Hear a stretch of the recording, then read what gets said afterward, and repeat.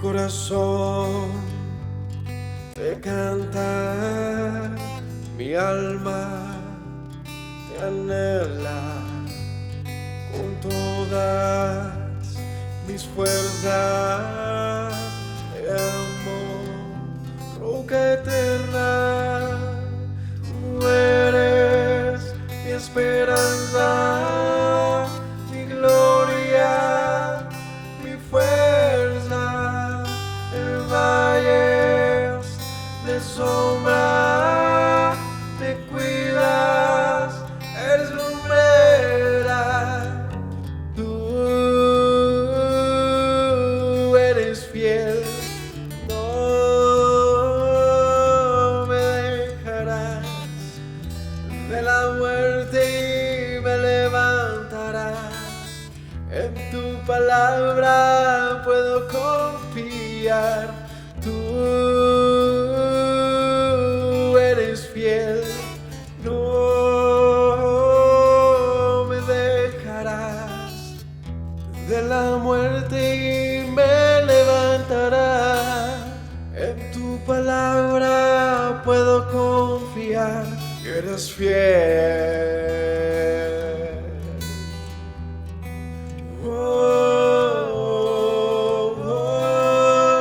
Mi corazón te canta, mi alma te anhela con todas mis fuerzas.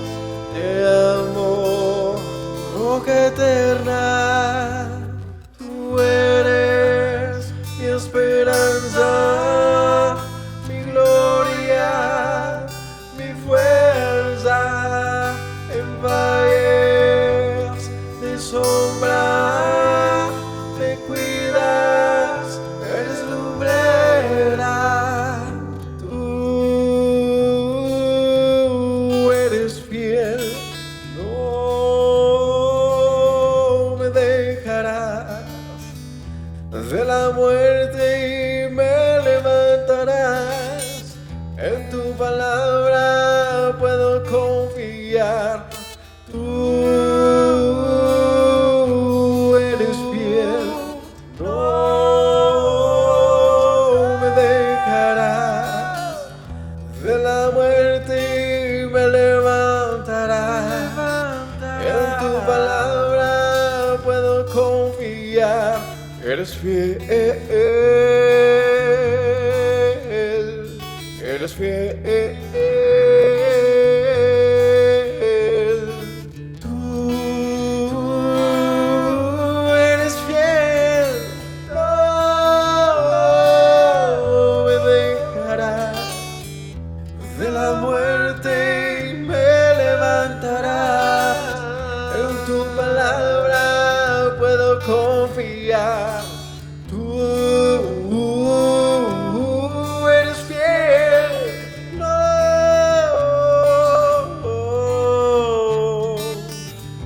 de la muerte me levantarás. En tu palabra puedo confiar. Tú no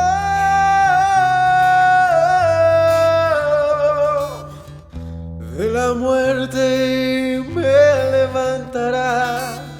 En tu palabra puedo confiar. Eres fiel, eres fiel. Tú eres fiel, no me dejarás. De la muerte me levantarás. En tu palabra puedo confiar.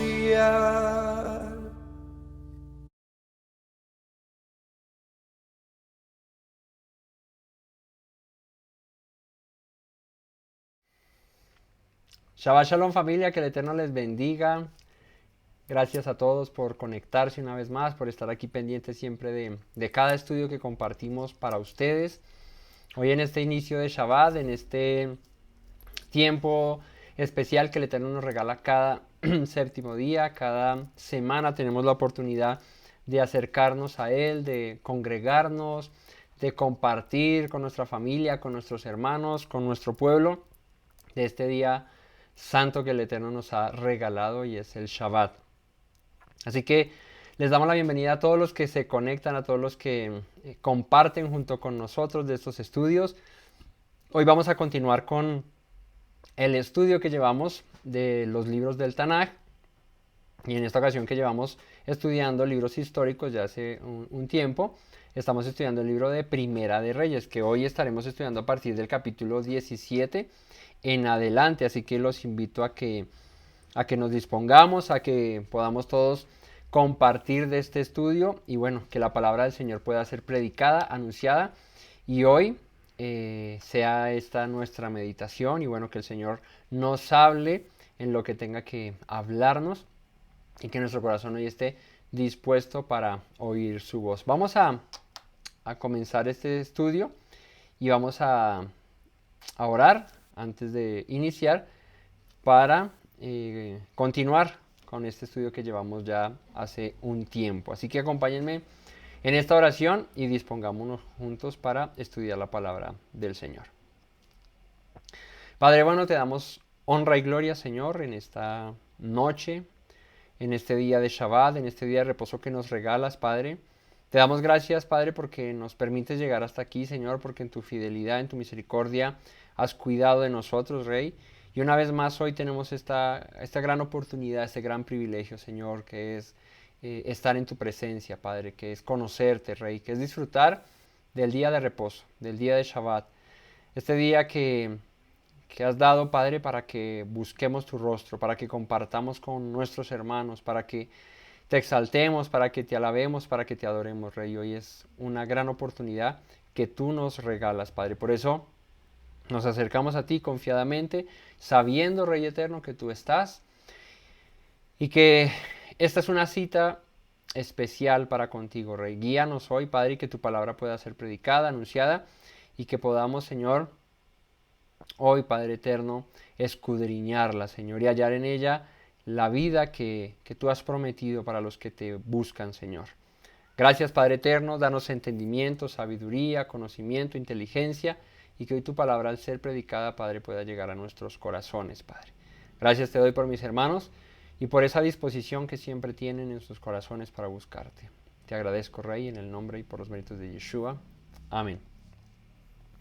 Bueno, familia, vamos entonces a entrar en materia y a estudiar el capítulo 17 del libro de Primera de Reyes. Así que acompáñenme y juntos estudiémoslo. Dice: entonces Elías Tisbita, que era de los moradores de Galaad, dijo a Acab: vive Yahweh Elohim de Israel, en cuya presencia estoy, que no habrá lluvia ni rocío en estos años, sino por mi palabra. Y bueno, retomando un poco el estudio de la semana anterior, del inicio de Shabbat anterior, que estudiamos los capítulos 15 y 16, luego de la muerte de Jeroboam, se levantaron unos reyes que le sucedieron a él, ¿no? Y aquí ya, en el capítulo 17, llegamos estamos recién iniciando, porque terminando el 16 al final se menciona un rey que es puesto, que es el rey Acab.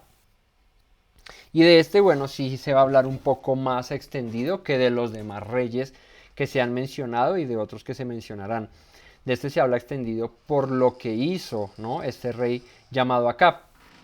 Un rey malo, un rey que hizo cosas mal delante del Señor, y que iremos viendo y desarrollando. Un hombre que tenía una esposa que era de estas que dejan mucho que desear. Y aparece en la historia, en el capítulo 17, un hombre que es muy relevante en la historia del pueblo de Israel. Es Elías Tisbita. Nosotros lo conocemos como el profeta Elías, ¿no?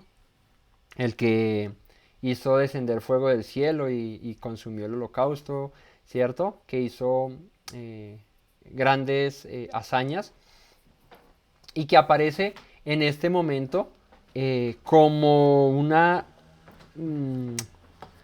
digamos que una manifestación del Señor en medio de la rebeldía y la desobediencia de un pueblo, ¿no? Porque tenemos que recordar que luego de la división de Israel en dos casas, en Israel del norte e Israel del sur, o Judá e Israel arriba, en el norte, el Señor comenzó a enviar profeta tras profeta. ¿Para qué? Para reconvenir al pueblo, para que el pueblo se volviera de sus malos caminos, ¿no? Y digamos como dato, el Señor a los dos reinos, tanto al norte como al sur, envió bastantes profetas, ¿no? Que de hecho entre esos profetas hay libros, ¿no? Por ejemplo, Elías es un profeta que fue enviado, pero este no tiene un libro particular, como decir Isaías, o como decir Jeremías, o como decir Ezequiel, que son los profetas mayores, o los demás profetas menores que también fueron enviados a tanto Israel en el norte como a Israel en el sur, o a Judá. Pero Elías es un personaje muy relevante, es un personaje que aparece en medio de un pueblo que está desviado, de un gobierno, porque Elías es enviado propiamente al norte, de un gobierno que estaba rebeldizado del Señor, que estaba apartado, que siguieron los pasos de Jeroboam, que era el siervo de Salomón, al que se le entregó el reino por primera vez luego de la división de las dos casas, ¿no? Y que luego de su muerte vino su sucesor y su sucesor y su sucesor, hasta llegar acá, y todos estos hicieron lo malo delante del Señor, ¿no? Hay un dato que es importante que tengan ahí ustedes en sus cuentas, en sus notas mentales, y es, en el norte, en el reino del norte, durante toda esa división, hasta antes que vienen los asirios, los gobiernan 20 reyes de Israel, 20 en total. ¿Saben cuántos gobernaron el sur? 20 también. 20 reyes en el norte, 20 reyes en el sur. En el norte, ¿cuántos reyes de Israel hicieron lo bueno? Aquí estamos viendo hasta ahora uno, no vamos sino como en el sexto, creo que es Acab, o en el quinto. En el norte, de los 20 reyes que hubo en Israel del norte, ninguno hizo lo recto delante de los ojos del Señor. De hecho, en los dos libros de Reyes y en Crónicas también se menciona como lo que el cronista o el escritor quería resaltar de cada rey. Y en los 20 reyes que tuvo el norte, en todos dice, y hicieron lo malo delante de los ojos del Señor. Aunque de Acab dice, de este no hay uno que hubiese hecho lo malo como este. Hasta ese día, los reyes anteriores no habían sido tan malos, y eso que Jeroboam fue un rey malo. Pero Acab tenía un plus, ¿no? Y el plus que tenía Acab era la mujer. Pero eso la veremos más adelante. Ahora, de los reyes que tiene Judá, que también se irán viendo a lo largo de la historia del libro de Reyes, de la primera y de la segunda de Reyes, hubo también 20, y de los 20, ¿saben cuántos hicieron lo recto delante de los ojos del Señor? ¿Y cuántos no? ¿En el sur? No. En el sur hicieron lo recto delante de los ojos del Señor 8 de los 20. 8 de los 20, o sea, 12 reyes también fueron malos, ¿no? Entre esos 8 podemos contar a Josías, podemos contar a Ezequías y bueno, a otros reyes más ahí. Pero estos fueron pocos para los que tuvieron, ¿no? Aunque a comparación del norte, pues fueron muchos, ¿no? Porque en el norte sí ninguno hizo nada bueno delante del Señor. Ahora, los profetas enviados fueron preparados por el Señor para la misión de reconvenir al pueblo. Eso es lo que hacen los profetas. Esa es la labor de un profeta, ¿no? Los profetas en nuestra manera de pensar occidental y no bíblica son más como magos, como videntes, como esos que tienen la bolita y predicen el futuro. Y si bien es cierto, muchos de los profetas hablaban acerca del futuro, su labor principal no era esa. Su labor principal era reconvenir al pueblo. Y bueno, y entre las cosas futuras que hablaban los profetas, que profetizaban los profetas, valga la redundancia, estaba el qué sería de ese pueblo de Israel por su rebeldía, por su desobediencia. Así que en medio de tanta rebeldía que tuvo Israel, y en este caso, porque ahora estamos estudiando solamente al norte, ahora más adelante empezaremos a mencionar también reyes en el sur, mm, hasta este punto Israel en el norte estaba hecho, hecho un desastre, cada uno por su propio camino, cada uno buscando lo suyo propio, y los gobernantes pues no colaboraban. Ya habían muchos templos de dioses paganos, ¿sí? Habían dos templos principales en Israel en el norte, eh, y allí se adoraba supuestamente, o sea, ese fue el propósito de Jeroboam. El propósito de Jeroboam fue adorar a Dios, ¿no? Eh, pero con templos, con imágenes, y él dice la palabra, él puso dos becerros de oro en cada uno de estos lugares para que el pueblo fuese a adorar allí a Dios, supuestamente, ¿no? Pero se empezaron a desviar y lo que hicieron fue, pues, empezar a cometer idolatría. Y entre estas mezclas, bueno, Acab se casa con una mujer que va a aparecer ahora más adelante en la historia, que ya se va a mencionar, que es Jezabel, una mujer cananea, una mujer con sus dioses, con su idolatría, con sus cosas, y este Acab pues empieza a gobernar Israel bajo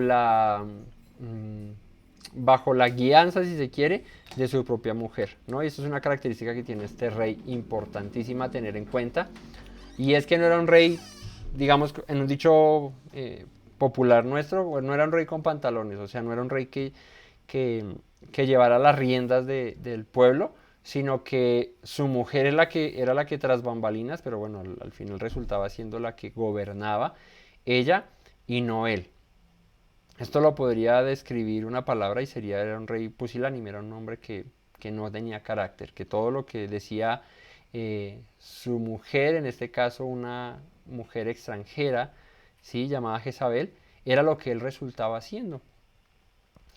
Y luego de que aparece este rey en la historia en el capítulo 16, en los últimos versículos, en el capítulo 17 se menciona a Elías. Y hay un dato curioso con respecto a Elías. Elías dice que era un tisbita. ¿Dónde queda esta región? Pues dice acá, era de los moradores de Galaad. Si recordamos, y si no, pues yo les digo, Galaad era una región al oriente del Jordán, o sea, fuera de Canaán, fuera de la tierra de Israel. Estaba al otro lado del Jordán. Y de allí era Elías. Hay algunos comentaristas que mencionan acerca de Elías como un profeta ajeno al pueblo de Israel, o sea, no perteneciente a ninguna de las tribus de Israel, sino más bien un profeta extranjero. Y dicen que Dios usó, en esos comentarios, Dios usó a un extranjero para reprender a su pueblo, pero era un hombre que era temeroso del Dios de los hebreos. Eso como un comentario. Pero la región sí nos dice mucho de lo que era Elías, y es que no era propiamente un morador de Israel, ¿sí? Era de una región lejana o alejada de la tierra de Israel, al otro lado del Jordán, al oriente del Jordán.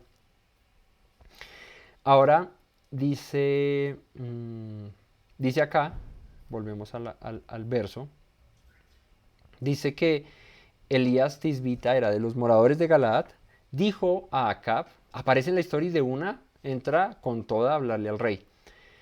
Dice, vive Yahweh Elohim de Israel, en cuya presencia estoy, que no habrá lluvia ni rocío en estos años, sino por mi palabra. Y lejos de ser un hombre arrogante, Elías, como de que yo aquí me pongo de chicanero a decir que no va a llover y que yo soy el que lo digo, no. Él lo hace por palabra del Señor. El Señor es el que lo envía, el Eterno es el que lo envía. Y arranca su primera aparición y su primer contacto con Acab. Es el Señor envía un juicio contra Israel, contra esta tierra, y es que no va a llover en estos años. No va a haber una sequía larguita. Y dice acá, y vino a él palabra de Yahweh diciendo, apártate de aquí y vuélvete al oriente y escóndete en el arroyo de Kerit que está frente al Jordán. O sea, aparece Elías, le da la palabra a Acab y el Señor le dice, ahora desaparécete y vete a Kerib, a un arroyo que hay allí, que está frente al Jordán. Dice, beberás del arroyo y yo he mandado a los cuervos que te den allí de comer. Entonces aparece en la escena, da una palabra que es un juicio, una represión a Israel por causa de su desobediencia. No va a haber lluvia, y no haber lluvia representaba sequías en los, en los lugares donde se posa el agua, en los ríos y todas estas cosas, y que las cosechas se empezaran a perder por causa de la falta de lluvia, ¿no? Así que esto traería no solamente escasez de agua, sino también escasez de alimento, porque en un lugar donde no llueve, donde no hay cómo regar la tierra, pues el alimento también empieza a escasear. Entonces el Señor lo manda con esa palabra y luego le dice, pero vete, ahora Elías, vete a un lugar cerca al Jordán, a este arroyo, y allí yo te voy a mandar cuervos para que te den de comer.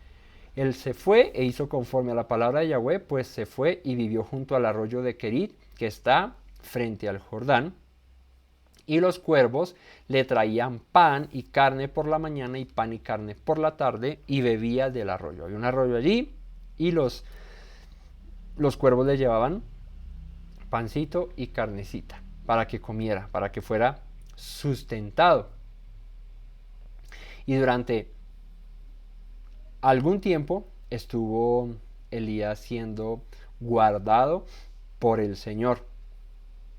Y dice en el versículo 7, pasados algunos días se secó el arroyo porque no había llovido sobre la tierra. Y si nos ponemos a pensar un poco acerca de esto, ¿no? El Señor lo guarda, ¿no? Lo manda por un momento a un arroyo a ser guardado allí Elías, porque la tierra iba a estar desértica, iba a no recibir lluvia por causa de un juicio que el Señor enviaba. Luego él, de ser sustentado, de ser guardado, ¿no? Por mano del Señor, dice que pasados algunos días se secó aquel arroyo, el mismo al que el Señor le dijo, ve y allí te voy a cuidar. Se seca, porque en la tierra no había llovido. Y cuando vemos lo siguiente, que viene en el verso 8, nos damos cuenta que el Eterno nos da una enseñanza aquí. Y es que cuando Él dirige nuestros pasos, cuando Él dirige nuestra vida, Él está en control de todo lo que nosotros necesitamos. Cuando se secó el arroyo, a donde el Señor lo mandó para ser preservado, no era sino una señal para que Elías supiese que era tiempo de partir, que era tiempo de moverse, ¿no? Porque si Dios te dice, ve allí, te voy a sustentar, y luego ya eso no empieza a pasar, no es porque Dios sea malo, es porque ya está anunciando es un momento de salir. Y Él guía nuestras vidas, ¿no? Y cuida de nuestras necesidades. De Elías tenía cuidado de él. Y ahora fíjate lo que viene, que es aún más interesante. Y dice el versículo 8, vino luego a él palabra de Yahweh diciendo, levántate, vete a Sarepta de Sidón y mora allí. He aquí, yo he dado orden allí a una mujer viuda que te sustente, ¿no? Y es curioso porque cualquiera pensaría, bueno, Señor, pero me estás sustentando tú aquí todo como bien. Ahora me mandas a otra región, a otro lugar, y no solo eso, sino que me dices que allí hay una mujer que es viuda y que me va a sustentar ella a mí. ¿Y por qué digo que es curioso? De pronto hoy en día dirán, no, pero pues una viuda puede tener dinero porque tiene herencia del marido, yo qué sé, pero no. Lo que pasaba en la antigüedad, de pronto hoy no sea así, pero en la antigüedad sí era así. Y era el hecho de que una mujer viuda representaba, o era sinónimo más bien de necesidad, de escasez. Porque el hombre sustentaba la casa, porque el hombre era el que estaba encargado del mantenimiento de su hogar. Y una mujer viuda era que ya no tenía la posibilidad de poder sustentarse, ¿cierto? Entonces el Señor saca a Elías de aquel arroyo en Kerib, cerca al Jordán, y lo manda a la casa de una viuda para que ella lo sustente. Y no solamente una prueba para Elías de obediencia y de sometimiento al Señor, de para donde me diga Señor que vaya yo voy, sino también iba a ser una prueba para aquella mujer viuda. Y vamos a ver qué más nos dice acá. Dice, vino luego a él entonces la palabra y el del Señor y dice, levántate, vete a Sarepta de Sidón y mora allí. Aquí yo he dado orden allí a una mujer viuda que te sustente. Fíjate que dice el Señor, yo he dado orden allí para que seas sustentado. O sea, ya el Señor estaba preparando el camino y esta mujer viuda ya había recibido una instrucción de parte del Señor acerca de sustentar a Elías, ¿no? Entonces, dice, él se levantó. Dice, entonces él se levantó y... perdóname aquí que me perdí. Y se fue a Sarepta y cuando llegó a la puerta de la ciudad, he aquí una mujer viuda que estaba allí recogiendo leña y él la llamó y le dijo, te ruego que me traigas un poco de agua en un vaso para que beba. Y para nosotros esto de tráeme un vasito de agua suena como muy normal, ¿no? Si alguien llega a la puerta de tu casa y te golpea o de pronto tú estás ahí en la puerta de tu casa y pasa alguien y te dice, oiga, usted me podría regalar un vasito de agua, es que tengo mucha sed y no he tomado nada, pues para uno no sería difícil, creo yo, ¿no? A no ser que alguien diga, no, yo sí no le doy agua a nadie. Pero como dice el dicho, a uno no le niega un vaso de agua a nadie. Hoy en día, si te pasa eso, lo más seguro es que tú entres, cojas un vaso, abras la llave, si no tienes, digamos, en muchas ciudades del mundo, entre esas una es Bogotá, se puede abrir el agua de la llave y sacar agua potable que pueda ser, digamos que apta para el consumo humano. De pronto hay ciudades en Colombia que no lo hay, en el mundo seguramente ahí habrán muchas que no tienen esa posibilidad. Pero digamos que en una ciudad donde sí es posible, pues sería muy fácil, ¿no? Abrir la llave, agüita, tome su vasito de agua. Y si quiere, si tiene una botellita, pues véngasela lleno y llévesela, ¿verdad? No sería ningún problema. Pero en este caso no era fácil. Primero que todo, tener una llave de agua, porque eso ni existía. Y segundo, pues tener agua potable. Era casi que muy difícil. No imposible, pero muy difícil. Además que tener agua potable implicaba esto un trabajo. El agua potable se sacaba de los pozos, ¿no? Pozos profundos, cavados allí con unas tinajas, unos baldes se botaban allá al pozo y se sacaba el agua. Era un trabajo tener agua potable.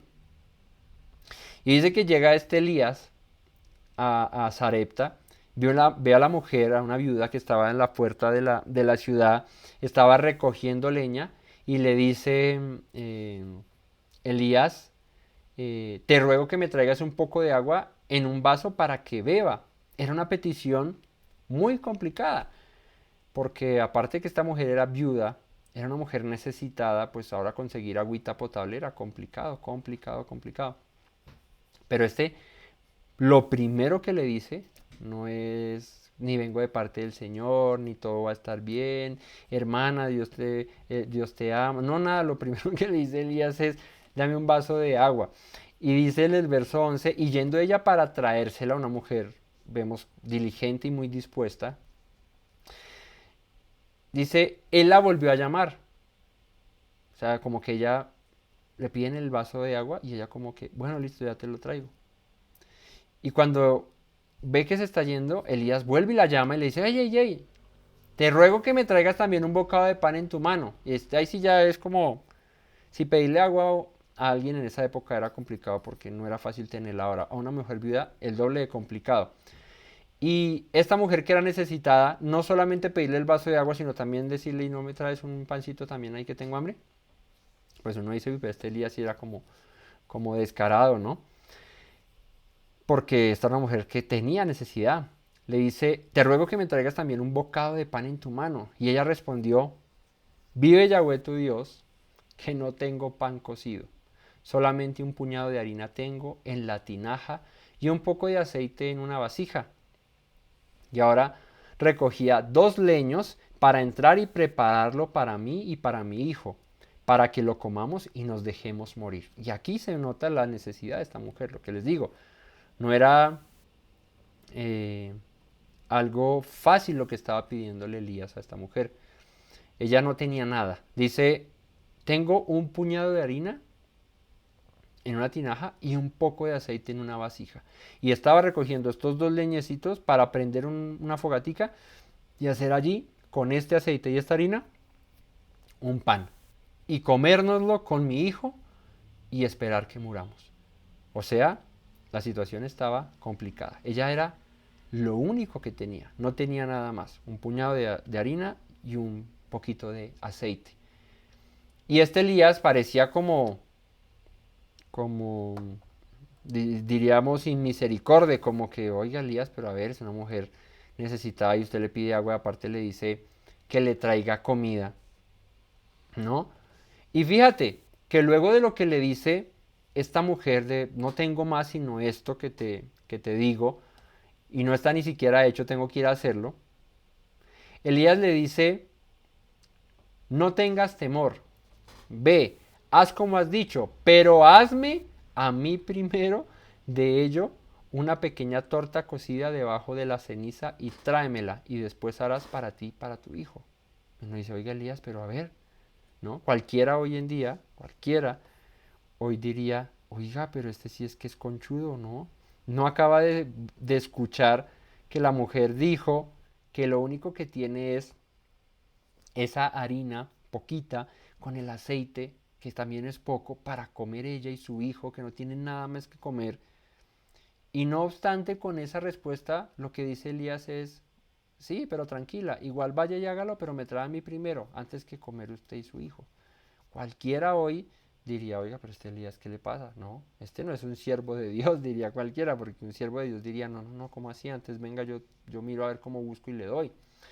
Pero aquí lo que nos quiere enseñar la palabra y lo que nos muestra esta historia no es solamente la necesidad de aquella mujer, sino que tanto Elías como aquella mujer estaban o iban a ser probados en cuanto al temor y la obediencia a Dios. Recordemos que en los versos anteriores dijo el Señor a Elías, ve, porque he ordenado a una mujer allí viuda para que te sustente. O sea, el Señor ya, de alguna u otra manera, eh, había, le había dicho a aquella mujer que le sustentaría a aquel varón profeta que vendría. Y a Elías también en confiar en que una mujer viuda, ¿cómo me va a sustentar, no? El Señor lo dijo, bueno, vamos a ver qué pasa. Entonces, era una prueba para él como para la mujer. Para la mujer, ¿en qué iba a ser la mayor prueba? Fe, obediencia a Dios. No tengo más que esta harina y este aceite. Y viene este y me dice que se lo haga primero a él y después de lo que quede yo coma, siendo que no hay más, que mi hijo y yo tenemos esto nomás y después de esto esperar morir, porque hasta aquí llegamos. Era también una prueba de fe para ella, de obediencia. Elías le dice, no tengas temor, ve, haz como has dicho, pero hazme a mí primero de ello una pequeña torta cocida debajo de la ceniza y tráemela después, harás para ti, para tu hijo. O sea, yo primero me como y después te llenas tú. Pero fíjate lo que sigue aquí adelante. Porque Yahweh Dios de Israel ha dicho así, la harina de la tinaja no escaseará, ni el aceite de la vasija disminuirá, hasta el día en que Yahweh haga llover sobre la faz de la tierra. Entonces, si el corazón de la mujer, de la viuda de Sarepta, era dispuesto para Dios, ella iba a hacer todo lo posible por cumplir la voluntad del Señor, y era sustentar a ese hombre, darle de lo que tenía, y tener fe de que el Señor le sustentaría a ella también. Cuando Elías le dice eso, le dice, no tengas temor porque el Señor ha dicho así. La harina de la tinaja no escaseará ni el aceite de la vasija disminuirá hasta que el Señor vuelva a hacer llover sobre la tierra. O sea, hasta que otra vez venga el sustento del cielo, Él va a multiplicar eso que tienes, le dijo en pocas palabras a la viuda. Pero una respuesta así solo se da si en el corazón de aquella mujer había fe para creer en la palabra de Dios. Dice el versículo 15, entonces ella fue e hizo como le dijo Elías y comió él y ella y su casa muchos días. Imagínate, solo tenía un puñadito de harina, un poco de aceite, pero resultó comiendo ella, Elías y su hijo durante muchos días. Así que la obediencia a Dios y la fe en medio de la necesidad y de la escasez resultó ser bendición y prosperidad y multiplicación para su casa y para Elías también, ¿no?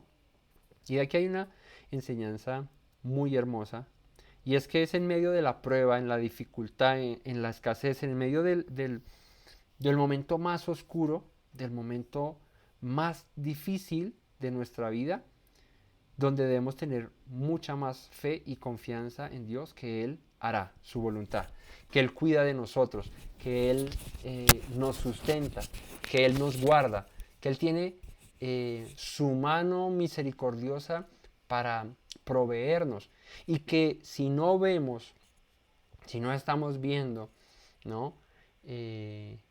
Las cosas realizarse en el momento, debemos confiar de que Él tiene el control de todo. Si en nuestra vida está el temor a Dios, ocúpate de lo de Él, busca primeramente el reino de Dios y su justicia, y lo demás será añadidura. ¿Qué quiere decir eso?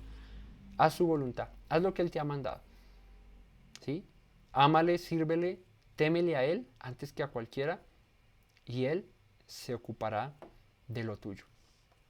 Así que la mujer fue, hizo como Elías le dijo, y su harina, su aceite fue multiplicado para comer muchos más días. Hay veces que, como en la... Hay un ejemplo que hace Yeshua con la mujer que no tenía nada, la que tenía 2 monedas, creo. Y dice que cuando llegó el momento de dar, los ricos daban de lo que les sobraba, pero había una mujer que no tenía nada, que era su único sustento, que era eso, como la viuda de Sarepta, y el resto era esperar para morirse porque no tenía más de dónde conseguir. Y ella dio eso. Y dice el Señor, ¿la ofrenda de quién le agradó más? ¿De los ricos o de la mujer que no tenía nada? Y Yeshua dice, de esta mujer, porque dio todo lo que tenía, ¿cierto? No puso sus ojos en la necesidad que tenía, inmediata de, uy, es que si doy esto me quedo sin el almuerzo, me quedo sin la comida, me quedo sin nada, sino que vio eh, la oportunidad de honrar a Dios, y con esto recibió ella mayor bendición. Así que nosotros muchas veces miramos lo que nos está aconteciendo, el momento, la dificultad, la enfermedad, la escasez, lo estamos viendo, y nos centramos tanto en eso que no queda tiempo para nada más que dedicarle a eso que estamos sufriendo y que estamos viviendo. Y el Señor nos dice, ¿y dónde estoy yo? Ocúpate de mí, ocúpate de mí. Y a muchos nos queda muy difícil en medio de las dificultades ocuparnos de Dios, y es lo último que buscamos, porque queremos solucionar nuestro problema, porque necesitamos una salida. Pero el Señor nos enseña con todo esto a ocuparnos de Él, a obedecerle a Él, a buscarle primeramente a Él, y saber que Él tiene control de nosotros, y que Él nunca llega tarde, que Él llega en el momento oportuno, ¿no? Como vimos en la enseñanza hace poco de Corintios, que les decía Pablo a los corintios, la oración fue oída, su oración fue oída, y, como decía, en tiempos de aflicción, espérenme, les digo cómo es que decía el pasaje que estudiamos hace poco. Estaba en segunda de Corintios.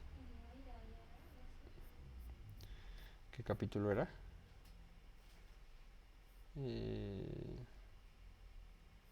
Se me olvidó.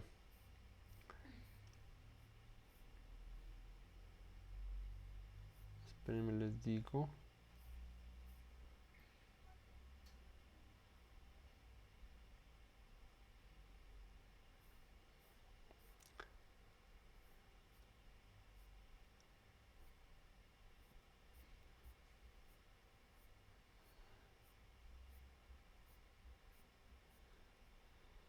Eh, mm, mm, mm. Se me olvidó, no lo encuentro. Bueno, que les decía es que el Señor no llega tarde, que el Eterno oye en el momento preciso, en el momento justo, que Él tiene cuidado de nosotros y que le dice Pablo el momento, le dice a los Corintios el momento de su salvación y el momento de la misericordia es ahora. Este es el momento, ¿sí? No era antes, no era después. Y era un momento en el que, como cuando llegó el Señor a nuestras vidas, no teníamos esperanza, no había razón de vivir en nosotros y Él llegó en ese justo momento. Hay veces decimos, Señor, pero ¿por qué no has hecho? ¿Por qué no has obrado? ¿Por qué no has respondido, contestado nuestra oración? Y Él dice, porque no es el tiempo aún, no es el momento aún. El momento es, no sé, quizás como esta viuda, con nada más que eso, pero fue bendecida por el Señor mucho más de eso. ¿Por qué? Porque esperó, porque confió, porque se mantuvo, porque fue obediente a la palabra del Señor. Entonces dice, volviendo aquí a Primera Reyes 17:16, dice, y la harina de la tinaja no escaseó ni el aceite de la vasija menguó conforme a la palabra que Yahweh había dicho por Elías. Después de estas cosas, entonces aconteció que cayó enfermo el hijo del ama de la casa y la enfermedad fue tan grave que no quedó en él aliento, o sea, murió. Y ella dijo a Elías, ¿qué tengo yo contigo, varón de Dios? ¿Has venido a mí para traer a memoria mis iniquidades y para hacer morir a mi hijo? O sea, yo como que he hecho para merecer esto. Él le dijo, dame acá tu hijo. Entonces él lo tomó de su regazo y lo llevó al aposento donde él estaba y lo puso sobre su cama. Y clamando a Yahweh dijo, Yahweh Elohim mío, aún la viuda en cuya casa estoy hospedado has afligido haciéndole morir a su hijo. O sea, Elías va y le dice, Señor, aparte que me mandas aquí a esta mujer que no tiene nada, llego y también le quitas a ella a su hijo. O sea, mejor dicho, no tenía nada, ahora no tiene menos que nada. Se le fue su hijo, lo único que tenía. Le dice, para eso yo también he sido aquí. Vengo aquí, me reciben, soy hospedado aquí. Y muere su hijo. Y se tendió sobre el niño 3 veces y clamó a Yahweh. Y dijo, Yahweh, Elohim mío, te ruego que hagas volver el alma de este niño a él. Y Yahweh oyó la voz de Elías y el alma del niño volvió a él y revivió. Tomando luego Elías al niño, lo trajo al aposento, a la casa, y lo dio a su madre, y le dijo Elías, mira, tu hijo vive. Entonces la mujer dijo a Elías, ahora conozco que tú eres varón de Elohim, y que la palabra de Yahweh es verdad en tu boca. Y fíjate, así como recibió respuesta la viuda, esta mujer, por su obediencia al Señor, con lo que tenía, dándole alimento a Elías para sustentarlo, también recibió respuesta Elías en, en que él obedeció al Señor de ir a aquel lugar y luego aquí es la oración de Elías es contestada para poder hacer que este joven volviese otra vez a la vida. Así que la prueba fue para ambos, ¿no? Y ambos la pasaron ambos porque ambos hicieron la voluntad del Señor, ¿no? Temieron al Señor. Elías era un profeta, o fue un profeta muy, digamos, poderoso, muy usado por el Señor, más bien, pero andaba huyendo, andaba escapando, ¿no? Porque pues, imagínense, va y le dice al rey, aparece en la escena, y le dice, por causa de tus rebeliones, va a dejar de llover sobre esta tierra. Y paticas para que las quiero y salió corriendo y se escondió. Porque no es fácil decirle al gobernante de una nación, decirle estás obrando mal, ¿cierto? Y el Señor te va a reprender y decírselo en su cara. Así que, y más adelante, bueno, vamos a ver que él está en constante huida porque, primero pues Acab no lo quería mucho y la esposa esta sí que menos, y eso lo vamos a ver viendo más adelante. Así que se juntaron, como dice el dicho, el hambre con las ganas de comer. Elías huyendo, ¿no? Y la mujer viuda, necesitada, y ambos pasando por problemas. A esta mujer se le muere su hijo, y bueno, el Señor fue bondadoso y respondió a sus oraciones, a la de juntos, y tanto fue sustentado Elías como que la mujer también, su hijo fue sanado, y el Señor les prosperó, les guardó. Eso es el resultado de la confianza en el Señor, de esperar en Él, de seguir su palabra y no desmayar. Por más oscura que esté la noche y la situación, el Señor cuida de nosotros. Dice el capítulo 18, versículo 1, pasados muchos días, vino palabra de Yahweh a Elías en el tercer año, diciendo, ve, muéstrate a Acab y yo haré llover sobre la faz de la tierra. O sea, después de que lo manda para que le diga y se esconde, o lo manda a esconder otra vez el Señor, pasados 3 años le dice, ahora ve y dile que va a llover. Fue pues Elías a mostrarse a Acab, y el hambre, perdón, era grave en Samaria. Claro, ya llevaba 3 años sin llover. Y eso implicaba no cosechas, no alimento, estábamos graves. Y acá, perdón, llamó a Abdías, su mayordomo. Abdías era en gran manera temeroso de Yahweh. ¿Sí? Este Abdías fue un hombre que hizo una cosa impresionante, y por eso dice acá era temeroso de Yahweh. ¿Qué hizo? Dice, porque cuando Jezabel, que es la esposa de Acab, o era la esposa de Acab, destruía a los profetas de Yahweh, esta era una mujer cananea, esta era una mujer que servía a dioses cananeos, ¿no? Y este Abdías era un hombre que temía al Señor. Esta mujer empezó a matar profetas de Dios, profetas del Señor, porque ella pues, seguía a otros dioses. Y dice que cuando esta mujer empezó a hacer esto, versículo 4 ahí dice, Abdías tomó a 100 profetas y los escondió de 50 en 50 en cuevas y los sustentó con pan y con agua.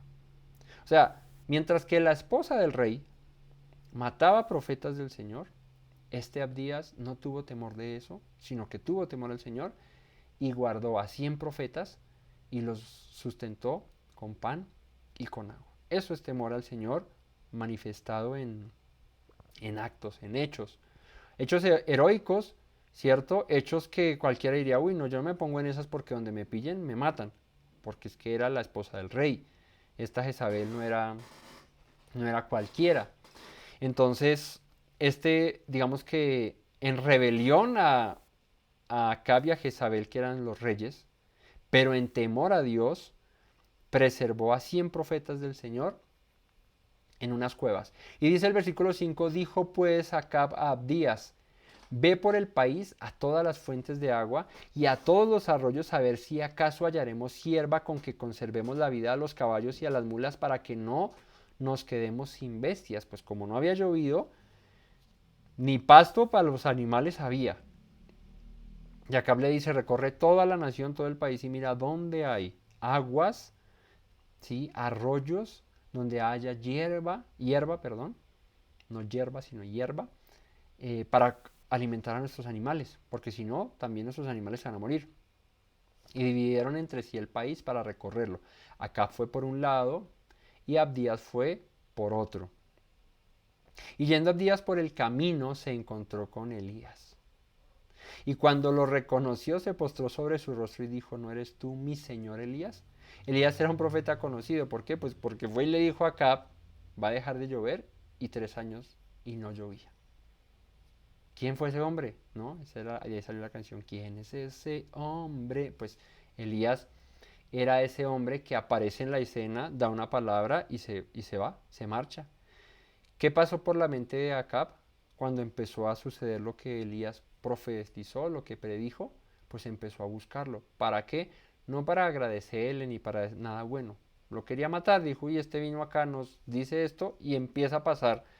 Y ya llevamos 3 años y no lo encontramos. Yo necesito que aparezca este para que me devuelva ese hechizo que me echó, dirían algunos.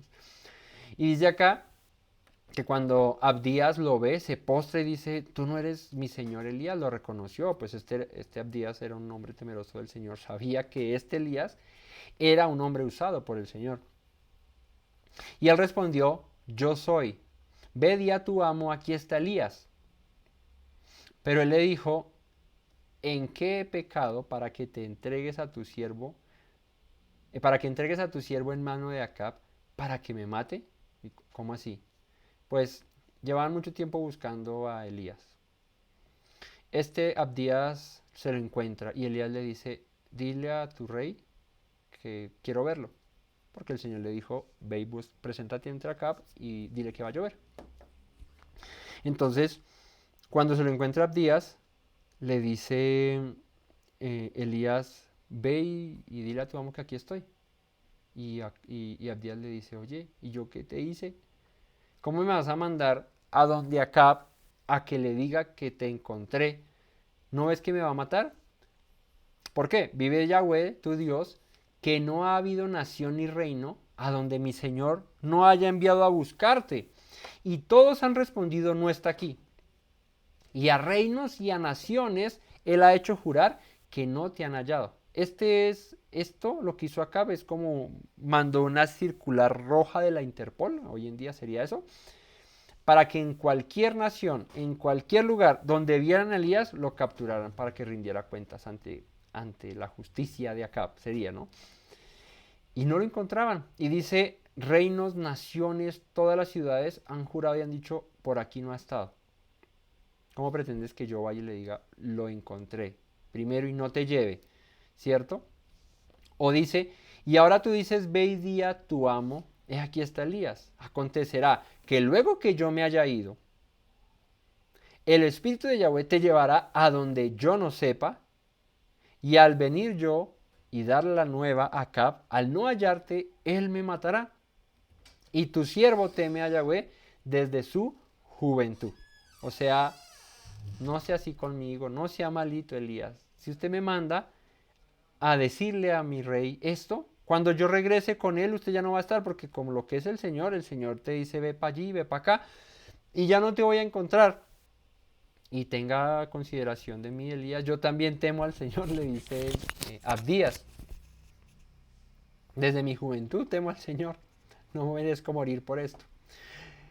¿No ha sido dicho a mi Señor lo que hice cuando Jezabel mataba a los profetas de Yahweh? Le dice, ¿tú no sabes, Elías, lo que yo hice? Que escondía 100 varones de los profetas de Yahweh de 50 en 50 en cuevas y los mantuve con pan y con agua. Y ahora dices tú, ve, di a tu amo, y aquí está Elías para que él me mate.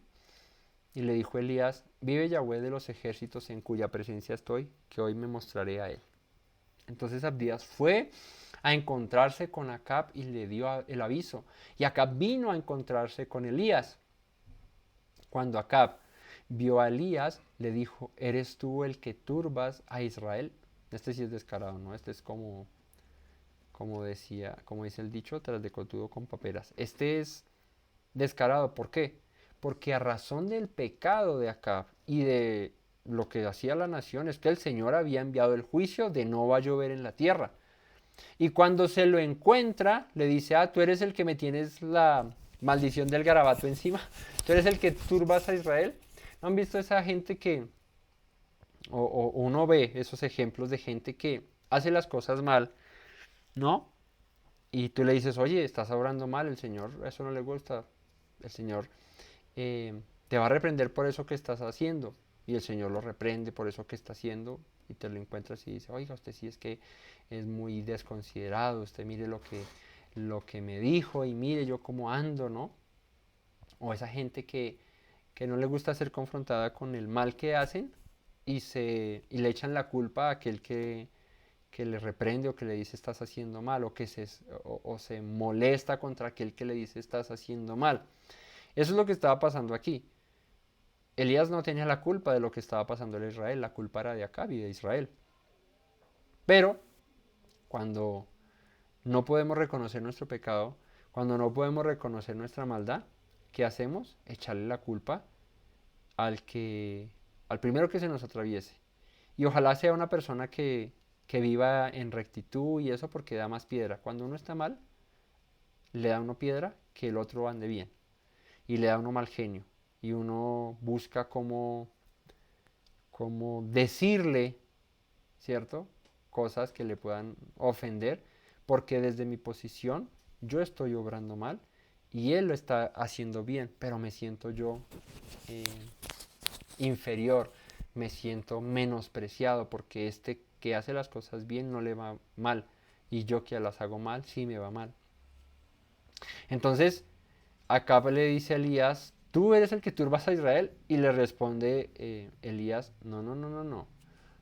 Yo no he turbado a Israel, sino tú y la casa de tu padre, dejando que los mandamientos de Yahweh y siguiendo a los Baales. O sea, a mí no me eches ese muerto, porque la culpa no es mía, la culpa es tuya y de tu casa y de los que se han alejado de los mandamientos del Señor, de los que han dejado de guardar la palabra del Señor. De esos es la culpa. Cuando en la vida a nosotros nos va mal por causa de desobedecer al Señor, la culpa no es del planeta, la culpa no es de los que nos rodean, no, la culpa es nuestra.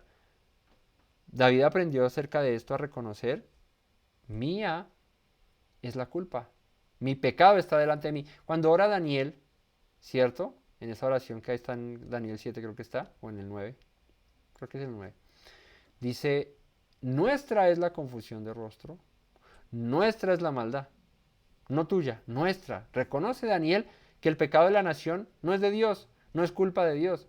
El pecado de la nación es culpa pues, del que lo comete. Y muchas veces nos escudamos, ¿cierto?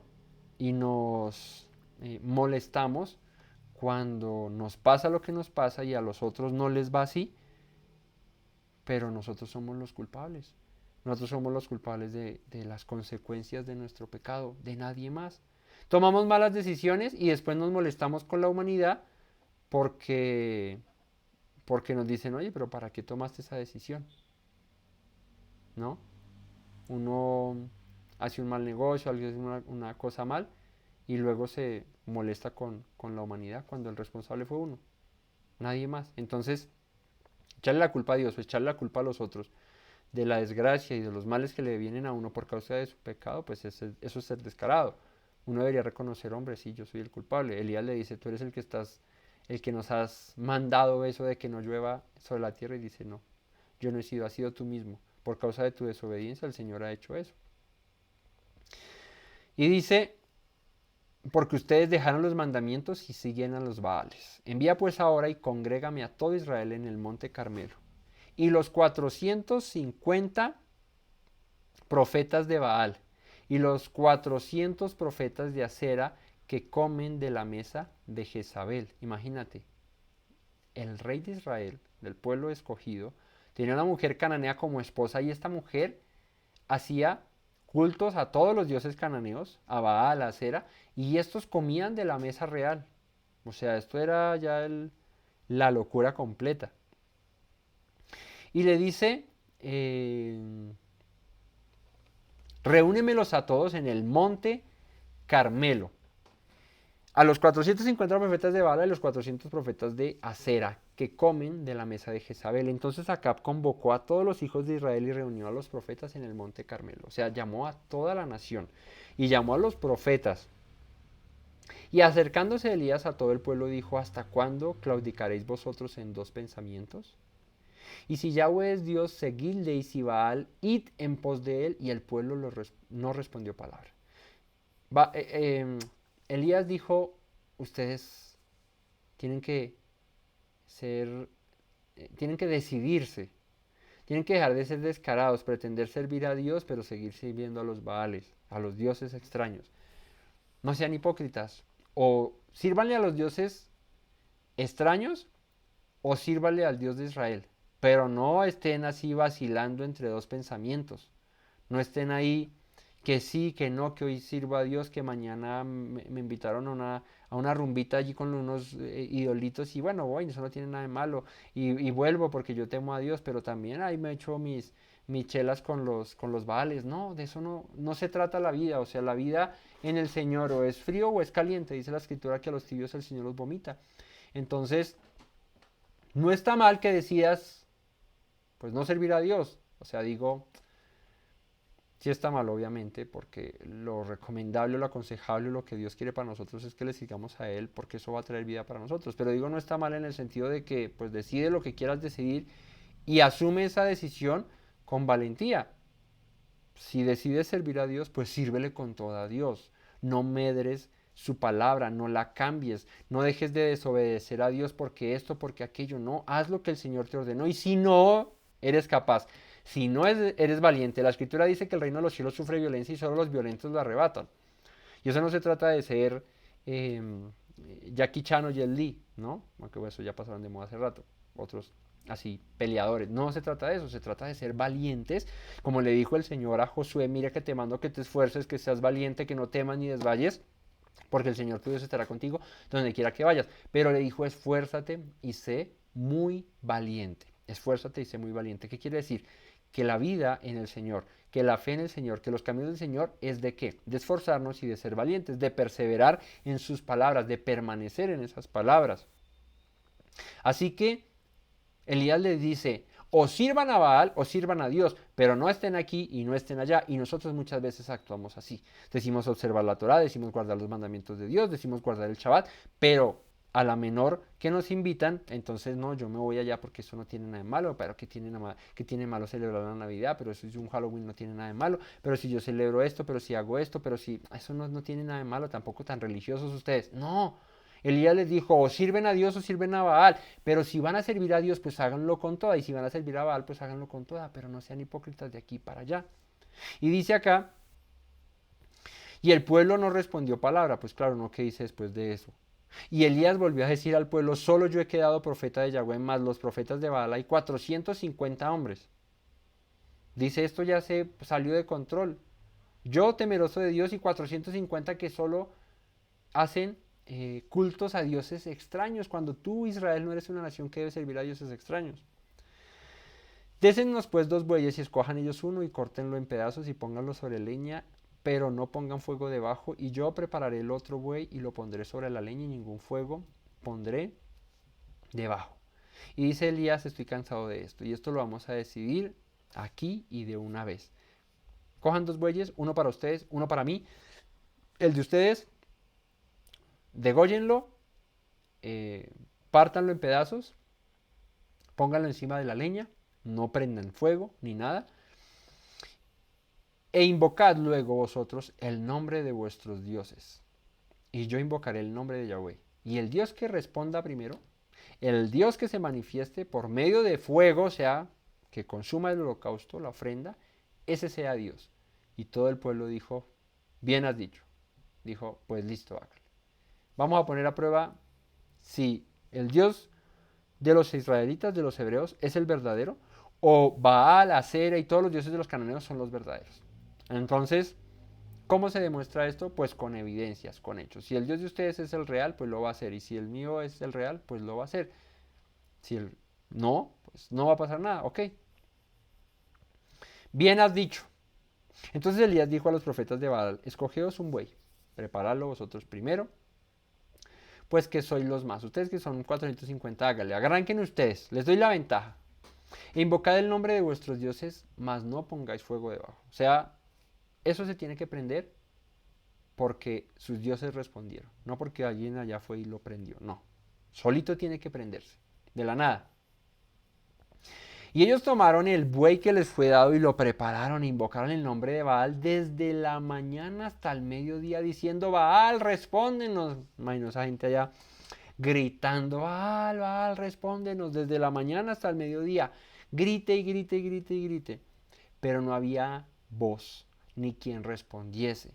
Entre tanto ellos andaban saltando cerca del altar que habían hecho, así como cual tribu indígena así alrededor del fuego, gritando, Baal, respóndenos, y dando vueltas y y haciendo de todo. Aquí dice qué más hicieron. Y aconteció al mediodía que Elías se burlaba de ellos diciendo, gritad en alta voz, porque Dios es. Quizás está meditando, o tiene algún trabajo, o va de camino, tal vez duerme y no hay quien lo despierte.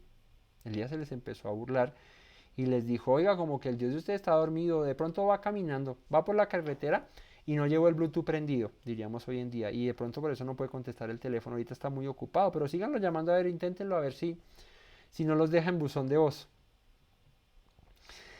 Hay que despertarle y ellos clamaban y daban voces y se zanjaban con cuchillos, o sea, se lastimaban, se cortaban con lancetas conforme a su costumbre hasta chorrear la sangre sobre ellos, o sea, se empezaron a desgarrar, a cortar, eso va, aparece, por favor, aparece. Pasó el mediodía y ellos siguieron gritando frenéticamente hasta la hora de ofrecer el sacrificio, pero no hubo ninguna voz, ni quien respondiese, ni escuchase. Todo el tiempo que duraron gritando, haciendo de todo para que su Dios respondiera, y no respondió, no contestó. Entonces dijo Elías a todo el pueblo, ya dejemos el espectáculo, acérquense a mí. Todo el pueblo se le acercó. Y él arregló el altar de Yahweh que estaba arruinado. Triste, ¿no? Una nación que debía servir al Dios de Israel, el altar que era para el Señor, ese sí no estaba bonito. Tomando Elías 12 piedras conforme al número de las tribus de los hijos de Israel, de Jacob, perdón, el cual había sido dada por palabra de Yahweh diciendo, Israel será tu nombre, tú serás Israel, le dijo a Jacob, edificó con las piedras un altar en el nombre de Yahweh. Después hizo una zanja alrededor del altar en que cupieran 2 medidas de grano. Preparó luego la leña y cortó el buey en pedazos y lo puso sobre la leña. Y dijo, llenad 4 cántaros de agua y derramadla sobre el holocausto y sobre la leña. Y dijo, hacedlo otra vez, y otra vez lo hicieron. Y dijo aún, hacedlo la tercera vez, y lo hicieron la tercera vez. O sea, cogió, hizo el altar, puso leña, hizo una zanja alrededor del altar y dijo, y échenle agua hasta más no poder. ¿Esto para qué? Para que no quepa duda de que lo que va a acontecer aquí es hecho por el Dios de Israel. A ellos les dijo, pongan la leñita, el animalito encima y háganle, empiecen a gritar para que él les responda y les prenda eso. Yo, para ponerla más difícil, dice Elías, voy a hacer lo mismo, pero le voy a echar agua y voy a hacer una zanja alrededor para que se haga como un pozo ahí esa vaina. Y eso quede empapado, es mejor dicho que ni siquiera ustedes con lo que puedan traerles esa vaina se pueda prender. De manera que el agua corría alrededor del altar y también se había llenado de agua la zanja. O sea, eso era ya una piscina, más que un altar. Había hartísima agua. Cuando llegó la hora de ofrecer el holocausto, se acercó el profeta Elías y dijo. Fíjate el contraste, ¿no? El contraste entre Elías y ¿quién? Y los profetas de Baal. Ellos gritaban, duraron medio día gritando, rasgándose las vestiduras, de todo, y no pasó nada. Ahora llega Elías, se acerca al holocausto y dice, Yahweh, Elohim de Abraham, de Isaac y de Israel, se ha hoy manifiesto que tú eres Elohim en Israel y que yo soy tu siervo, y que por mandato tuyo he hecho todas estas cosas. No soy yo, eres tú, Señor. Respóndeme, Yahweh, respóndeme, para que conozca este pueblo que tú, oh Yahweh, eres el Dios y que tú vuelves a ti el corazón de ellos. Manifiéstate, Señor. Muestra tu gloria, muestra tu poder. Haz que a través de este milagro la gente pueda creer que tú verdaderamente eres real. Muchas veces necesitamos eso. Muchas veces lastimosamente, ¿no? Porque no debería ser así. Dice Yeshua, dichosos los que sin ver creen. Bienaventurados los que sin ver creen. Pero muchas veces necesitamos de eso, de milagros. Necesitamos de evidencias para poder decir, sí, creo en Dios. Sería mejor que no. porque Él te ha dado todo y no es necesario que te dé más para que sigas, para que creas en Él. Era un pueblo que había sido rescatado de la esclavitud, que había llegado a la tierra que el Señor le había prometido, que el Señor les había prosperado en todo. Y con todo y eso a la menor se desviaron. Hoy en día, ¿cómo eso aplica eso a nuestra vida? De la misma manera.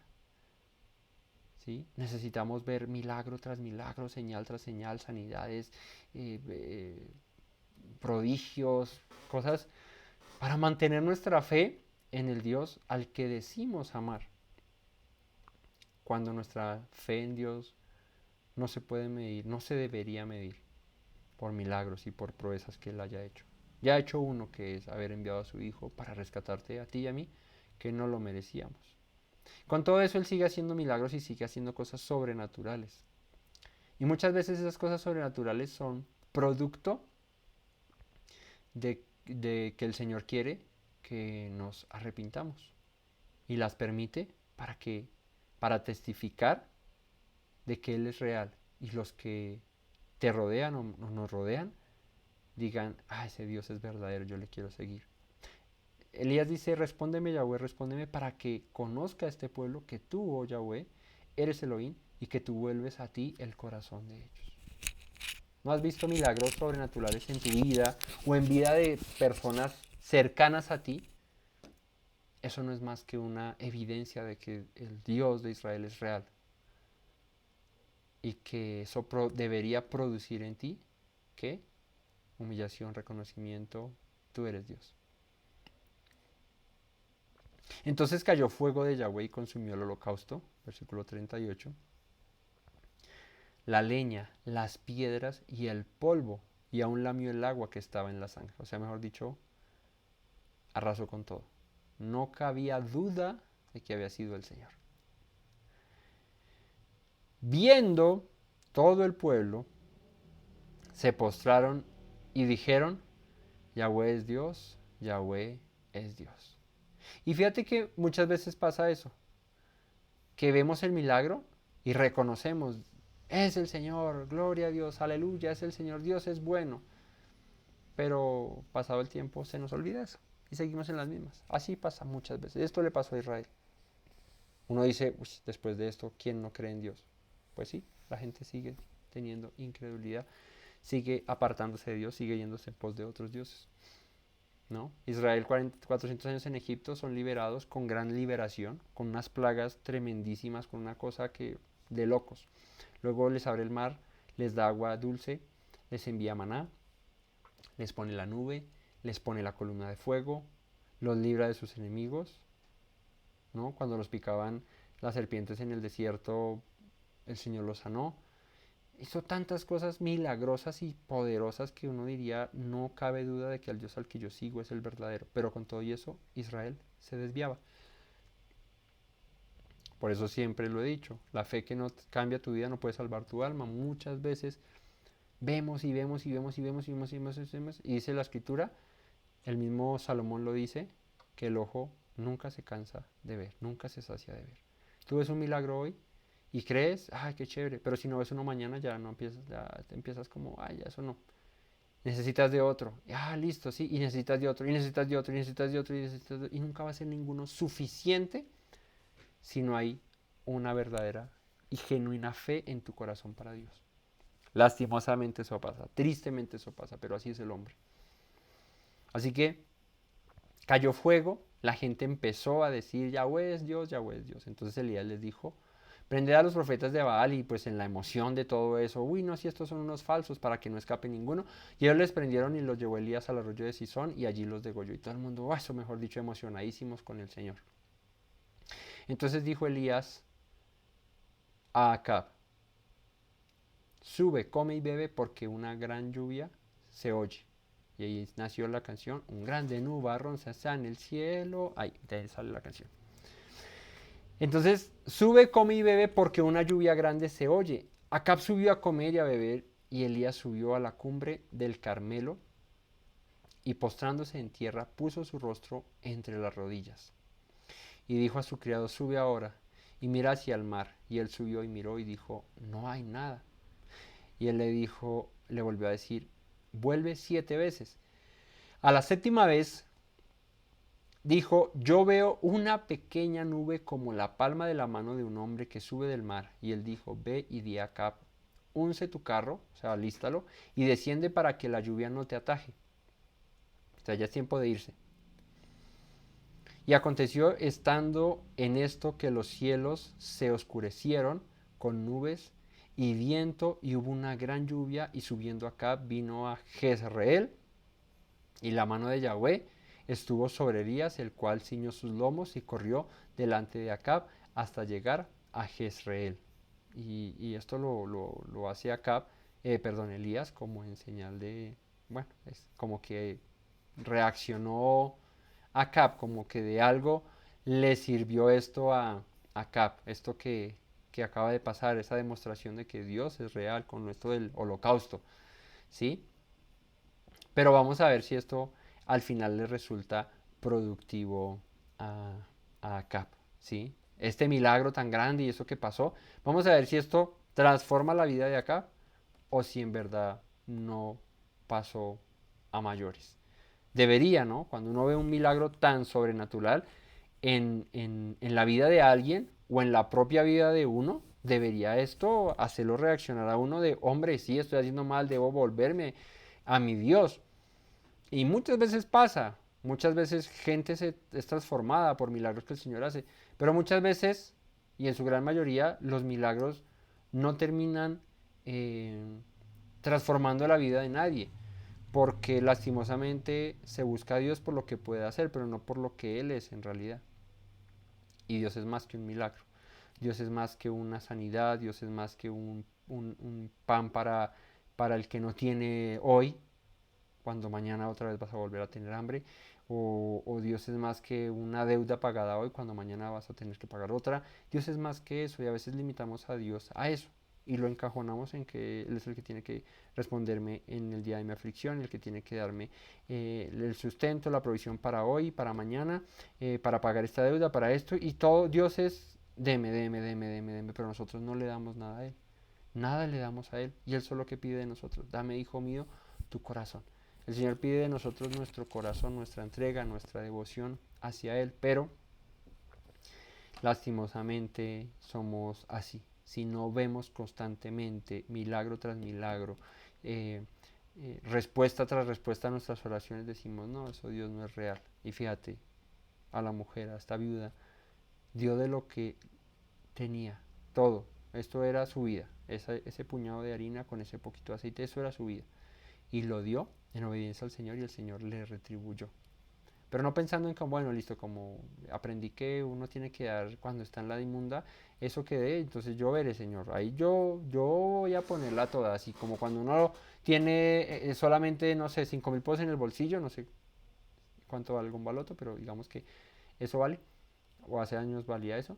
Tengo 5.000 pesos en el bolsillo y digo, o me compro el baloto y le juego a que me lo pueda ganar, y de pronto con 5.000 y era lo único que tenía me vuelvo multimillonario, o cojo eso y me lo gasto en esto, en un pan, en lo que necesito. Y a veces vemos a Dios de esa manera. Vemos a Dios como bueno, tú dices que me bendices, ¿cierto? Bueno, entonces voy a creer. Tengo esto, lo voy a invertir, como jugando en la lotería. Si me lo gano, mejor dicho, me vuelvo loco. Pero si no, entonces como que no te creo tanto, porque y entonces ¿dónde está lo que me vas a bendecir? Y Dios no es eso. Dios no es la lotería ni el baloto para que tú le eches como voy a usar esta expresión, como las chichiguas de tu tiempo, si no se entiende la expresión, como ¿cómo se dice? El- lo poco de tu tiempo, lo poco que tengas, o lo que como que te sobra, y como, bueno, listo, tengo esto ahí, lo mínimo, esperando que Él te dé todo de Él. Es absurdo ver las cosas así, ¿sí? O sea, pongámonos la mano en el considero y seamos muy sensatos y muy sinceros con nosotros mismos. ¿Cómo pretendemos dedicarle a Dios eh, las chichiguas de nuestro tiempo? Es que no se me ocurrió otro sinónimo, ahorita dije esa palabra y ya se me borraron todas. Lo mínimo de nuestro tiempo, ¿cierto? Lo peorcito de nuestro tiempo, las miserias de nuestro... Esa es la palabra, gracias amor. Las miserias de nuestro tiempo ¿Cómo pretendemos dedicarle a Dios las miserias de nuestro tiempo y que Él sí, mejor dicho, nos haga y nos deshaga todo lo que necesitamos? Es absurdo, familia, pero así somos. Así que aprendamos de esos ejemplos. Vamos a seguir viendo qué pasa con la historia de Elías en una próxima ocasión, lo que pasa con Acab, lo que pasa con Jezabel. Pero aprendamos de esto, aprendamos a no darle a Dios la miseria de tiempo que nos sobra, ¿no? Estoy ocupado en el trabajo, estoy ocupado, pero uy, tengo unos problemas, Dios, bueno, ¿qué dijo mi chica? Tocó, ¿no? Porque ya no veo más y necesito que me solucione este problema. Bueno, listo, voy a guardar este chaval y a ver qué pasa. Como un trueque ahí, como que, bueno, ahí te boto esto, alguito, pero yo veré cómo es que me vas a responder. Como esos 5.000 que le meto al baloto, pero yo veré que me lo gane. A ver, no, así no funciona, ¿no? Funciona como día tras día, Shabbat tras Shabbat, hora tras hora. Cuando estés en tu casa, cuando vayas por el camino al acostarte, cuando te levantes, en donde quiera que estés, a donde quiera que vayas, que Él sea tu todo. Si esto se convierte en tu vida, dice la Escritura, deleítate en el Señor y Él concederá las peticiones de tu corazón. Pero ¿qué es deleitarse en el Señor? No es darle la escasez de tiempo, no es darle la miseria de tiempo, las chichiguas de tiempo, no. Deleitarse en el Señor es vivir para Él todo el tiempo, aprendiendo a elegir entre lo bueno y lo malo todo el tiempo, escogiendo lo mejor, lo que Él manda. Eso es darle todo tu tiempo al Señor. Y Él se encargará de hacer lo que corresponde. Pero tú entrega tu vida al Señor todo el tiempo y verás que Él va a hacer su voluntad en ti, en mí, y cumplirá su propósito. Pero démosle lo mejor al Señor. No lo peorcito, no lo que nos sobra. Lo mejor, familia. Que el Todopoderoso les bendiga, les guarde, les prospere en esta noche, que este día de Shabbat pueda ser de gran bendición para ustedes. Recuérdenlo, guardar con amor, con disposición, ¿no? Desde que se pone el sol hasta que vuelva y se ponga, que este sea un día para agradar al Señor, para buscarle, para honrarle, para amarle. Familia, les bendecimos. No olviden las palabras que dijo nuestro Mesías Yeshua. Si permanecen en mis palabras, serán verdaderamente mis discípulos y conocerán la verdad, y la verdad los hará libres. Buenas noches a todos. Shabbat Shalom. Me presento nuevamente, mi Rey, mi buen Señor. Mis pasos se han desviado, necesitan dirección. En tu amor me he refugiado, Yeshua, pues así al Padre puedo hoy decir. Me presento nuevamente, mi Rey, mi buen Señor. Mis pasos se han desviado, necesitan dirección. En tu amor me he refugiado, Yeshua, pues así al Padre puedo hoy decir. Abba, Padre, Baruch atah, Señor Dios nuestro Rey de eternidad. Abba, Padre, Baruch atah, Adonai Eloheinu melech haolam.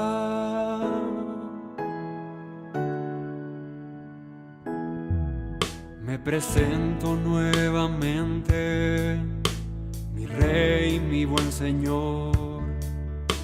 Mis pasos se han desviado, necesitan dirección. En tu amor me he refugiado, Yeshua, pues así al Padre puedo hoy decir. Me presento nuevamente, mi Rey, mi buen Señor. Mis pasos se han desviado, necesitan dirección. En tu amor me he refugiado, Yeshua, pues así al Padre puedo hoy decir: Abba, Padre, Baruch atah. Señor Dios nuestro Rey de eternidad, Abba, Padre, Baruch atah.